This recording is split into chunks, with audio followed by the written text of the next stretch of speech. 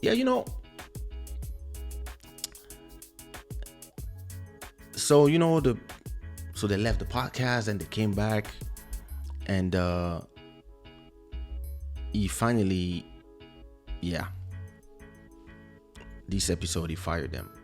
And what's very interesting here is the things I was touching on when I was talking to Bodhisattva a few episodes ago when I was in Congo. Working with friends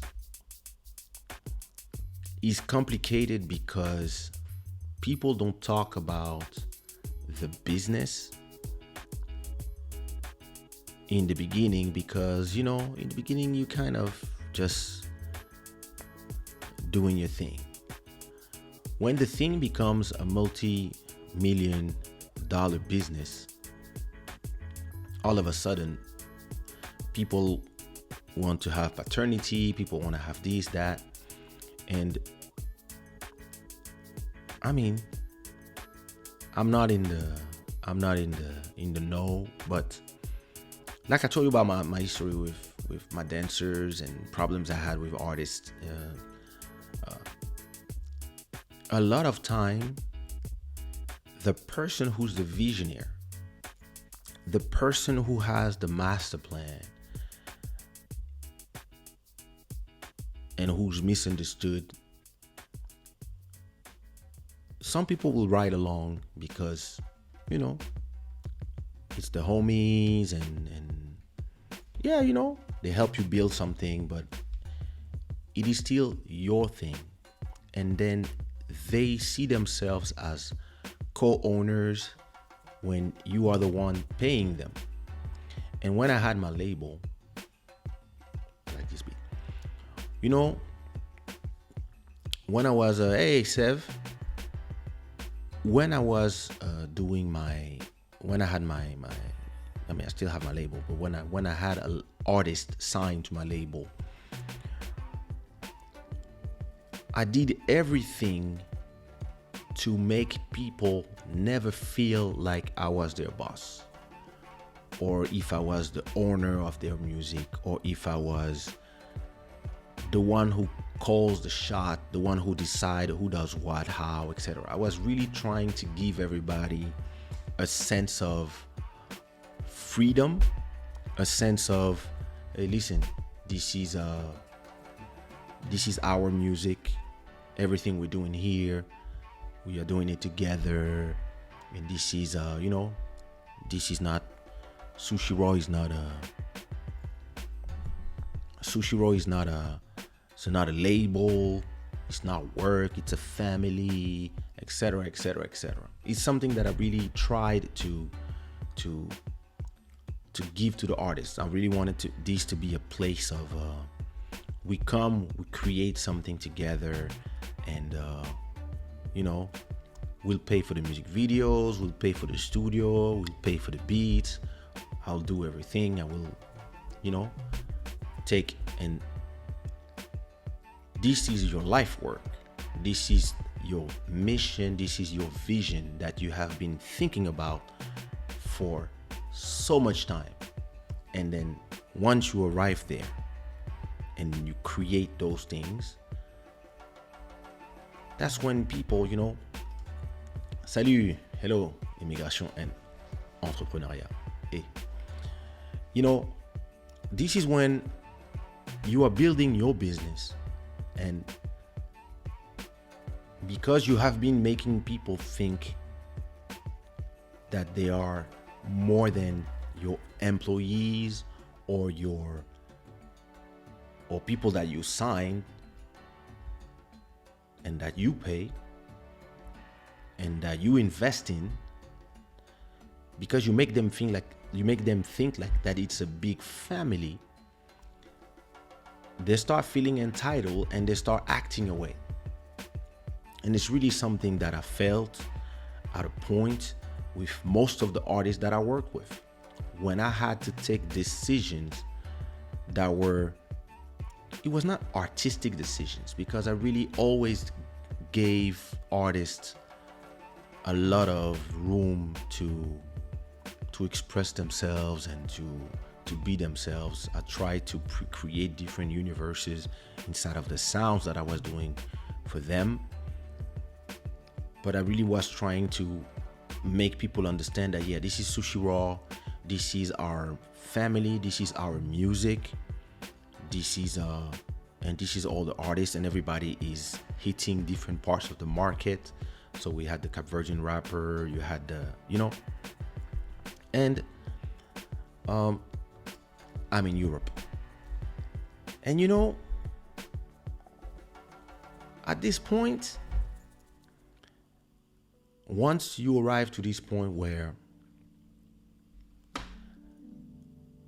they want to do a third video, because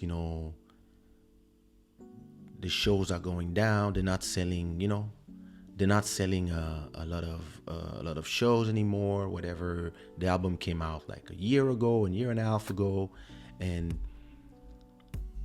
you have the choice. Do we shoot a new video to relaunch the promo or the buzz, or do we start working on a new album? And so we sit down with the boss of Section Zouk, Harold, and we take the decision together with the manager and the artist. And yeah, the manager and the artist are saying, we want a new video, so we can go and do more shows and etc. And my partner was like, well, listen, you sold this amount of CDs, and we invested that amount of money in making you go to the West Indies 5 times, and we shot 2 videos, and we did this in promo, that. From what we made and what we spent, we're in positive, we're good, but I prefer that we invest the money that we made in working on a new project so we can do better videos, maybe more videos, and maybe put a little more money in your project now that you have a name and etc. And at that moment, that's when the artist looks at you and they're waiting for you to root for them because you are their friend and because it's the family. But you're gonna see everything as in a business way. See what I mean? You're gonna see it as a business way. You're gonna be like, well, listen, okay, we spent X, we sold 8,000, 10,000 albums. That's great. Now we have some budget to create an album where I'm not making all the beats. We're gonna start bringing some other producers. Maybe we can pay you a featuring. Maybe we can go shoot a video in another country, or maybe we can go find some fancy directors because we have a little more budget. Yeah, it's better we use that money for the next album. I agree. And that's when people start getting emotional and they start thinking that you would support them because you are their homie, friend, whatever. And you're like, yeah, but it's a business decision.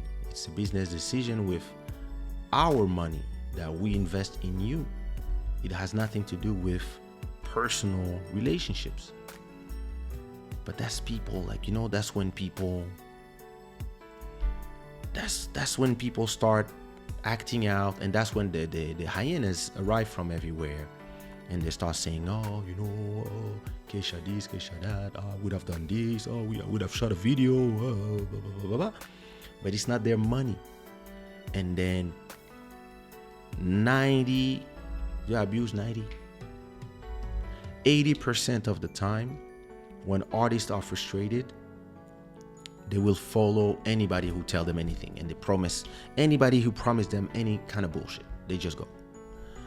And they don't even know if the people who are promising stuff are able to do anything with them.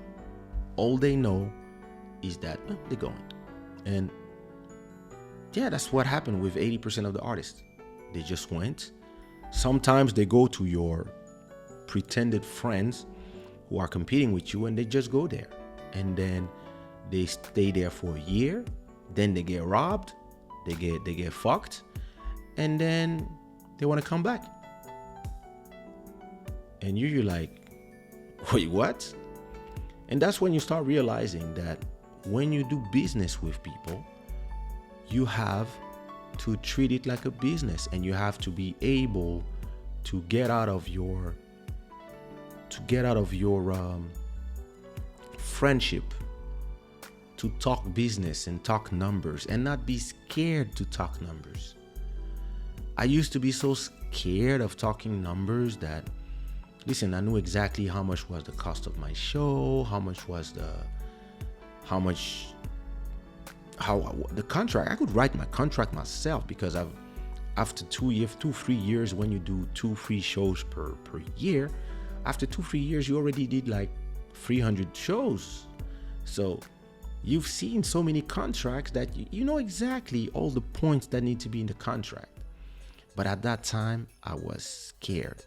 I was scared to talk numbers with people, so I would always hide behind my manager. And I would let, hey, how much for a show? Talk to Guylaine. And in a way, created a tampon and a kind of a distance between you and the people who were trying to hire you. But at the same time, you could just tell them, yeah, the show is that much, works like this, that, but talk to my manager. She will handle the details with you and the dates. That's the things I learned to do the more I start working on projects. And that's what it made me think when I was watching the back between them.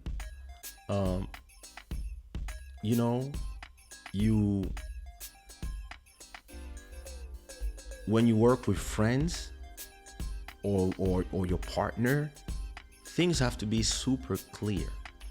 Like, listen, my wife is an influencer. She sells photos. Like, people send usually dresses and products for her to wear or to use in exchange, either for a photo, and she's gonna either use it, they give it for free or something, or there's an exchange of money. And she does her business by herself. She's now dealing with she now has an agency that is working for them. But in the beginning, I was the one who, I've been doing business so long. I was like, okay, listen, we're gonna do like this. We're gonna, you're starting at that. Now she has 200,000 followers, but at that time she had 80,000 followers. And I was telling her that, listen, 80,000 followers. Let's start small.